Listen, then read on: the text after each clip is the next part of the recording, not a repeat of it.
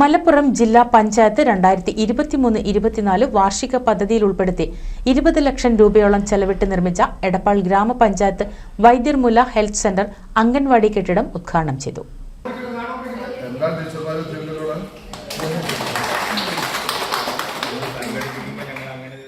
എടപ്പാൾ ഗ്രാമപഞ്ചായത്ത് president C V Zubeda അധ്യക്ഷത വഹിച്ചു.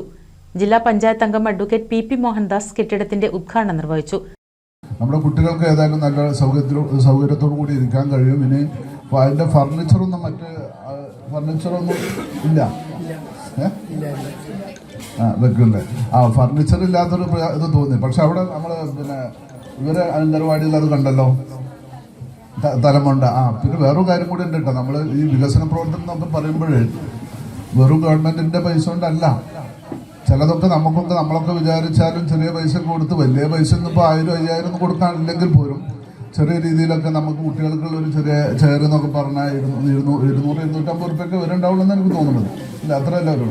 അപ്പോൾ ഒരു 200-250 രൂപ ഒക്കെ കൊടുത്താലും ചെയർ കിട്ടും. അപ്പോൾ നമ്മുടെ നാട്ടിൽ നമ്മുടെ കുട്ടികളാണ് ഇരിക്കുന്നത്.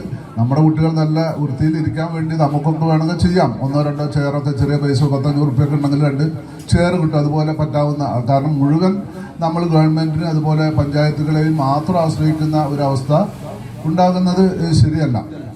അതായത് നമ്മുടെ നാട്ടിൽ നമ്മുടെ കുട്ടികൾ ഇതിരിക്കുന്ന ആളുകളൊക്കെ തന്നെ പലരും രക്ഷിതാക്കളായിരിക്കും. അപ്പോൾ നമ്മുടെ കുട്ടികളുടെ കാര്യം നമ്മൾ വീട്ടിലൊക്കെ ശ്രദ്ധിക്കും പോലെ തന്നെ അതിനേക്കാൾ വൃത്തിയിലായിരിക്കണം പുറത്തു വരുമ്പോൾ. അപ്പോൾ ആ നിലയ്ക്ക് നമ്മുടെ നാട്ടുകാരുടെ സഹായം. അംഗൻവാടിക്കായി എടപ്പാൾ ഗ്രാമപഞ്ചായത്തിന് സ്ഥലം നൽകിയ കെ രതീഷിനെയും കെ രജനിയെയും എടപ്പാൾ ഗ്രാമപഞ്ചായത്ത് vice president K Prabhakaran memento നൽകി ആദരിച്ചു. വാർഡ് മെമ്പർ എ കുമാരൻ സ്വാഗതം പറഞ്ഞു.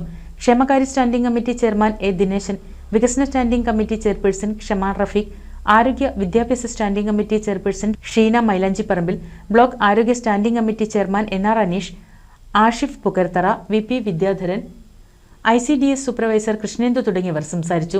CDPO രമ റിപ്പോർട്ട് അവതരിപ്പിക്കുകയും അംഗൻവാടി വർക്കർ വിജിത നന്ദിയും പറഞ്ഞു. NCV news Edappal.